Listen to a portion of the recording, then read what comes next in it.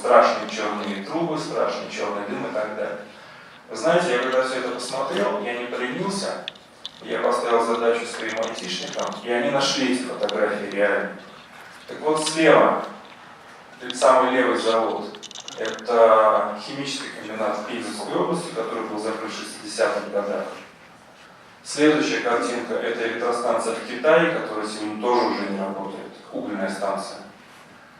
Значит, и это то, что нам показывают как фотографии мусорного завода, мусоросжигательного завода. А вот справа – это реальные фотографии заводов, в данном случае в Кракове, в Польше и в Линце, в Великобритании. Это то, что есть на самом деле. Поэтому можно, каждый из нас, то, что называется, верить своим глазам, вот, но вот она, реальность представлена вот таким вот образом. У меня все на этом. Я надеюсь, что немножко удалось мне, скажем так, закрепить тот материал, который мы увидели в фильме. Но после выступления всех коллег, я так понимаю, что будут все вопросы и ответы. Ну, у нас даже по времени, спасибо большое, Игорь Александрович, у нас по времени мы, к сожалению, не укладываемся с докладами других спикеров, но я думаю, что мы фильмом, выступлением Игоря Александровича открыли, подняли, вернее, такой пласт тем, на которые у вас наверняка есть вопросы, и я хотела обозначить такой короткий регламент по сессии вопросов-ответов. Пожалуйста, поднимайте руку, называйте название издания, которое вы представляете, и представьтесь. И, если возможность, если вы знаете, к кому конкретно обращен ваш вопрос, называйте имя спикера. Пожалуйста. Компания «Эфир», программа «Город», господин Елена Горбунчикова. У меня вопрос, наверное, скорее всего, к Игорю Александровичу. Вы говорили о том, что все-таки хочется понять, сколько будет у нас во дворе стоять баков. Все-таки у нас будет дуальный сбор. Мы будем разделять на то, что достоит переработки, то, что нет. Да? И такой еще вопрос. А кто будет вообще следить за тем? Человеческий фактор никто не отменял, и кроме того, мы пока еще не привычны к тому, чтобы научились, мы еще не научились до конца разделять этот мусор. Кто будет следить? Мне кажется, надо учитывать все-таки наш менталитет, да, и кроме как хороших штрафов, то есть нужно какие-то законодательно принять какие-то правила, чтобы наказывать таким образом. Вообще предполагается или нет? Или все это будет вот так вот добровольно, мы вот так должны все собраться и решить. Давайте-ка вот дружно будем с вами разделять мусор, чтобы наш мусоросжигательный завод хорошо работал и не отправлял, собственно говоря, экологию. Спасибо. Я вот смотрю на зал, да, и, наверное, многие жили в советское время еще, в Советском Союзе, да. Я тогда был еще в школе учился, но тем не менее ездил на троллейбусе. И там тогда были такие кондукторы, и была очень большая реклама, написано было «Лучший контролер, совесть пассажиров». Поэтому вот эта, мне кажется, формулировка, она и к нам тоже относится. Вот если вы, как задающий вопрос этот человек, выйдет на улицу, увидит там эти 3 бака или 4, и у себя дома поставить тоже 3 или 4 бака с тем, чтобы разделить этот мусор, тем более. Значит, батарейки положить в один бак, значит, картон в другой бак, там пластмассу в третий и так далее.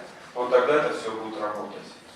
Значит, если мы говорим о том, что мы с вами какие-то не такие, что вот там в Швейцарии живут люди с Марса, а мы здесь какие-то убогие, ну я с вами не согласен. Я считаю, что мы точно не хуже, чем швейцарцы, а может быть даже и лучше, и сознательность у нас точно не хуже, чем у них. Поэтому вот, наверное, все-таки мы будем это делать. Все будем делать. А скорее всего делать это не будут вот те псевдоэкологи, которые сегодня кричат о том, что этого делать не надо.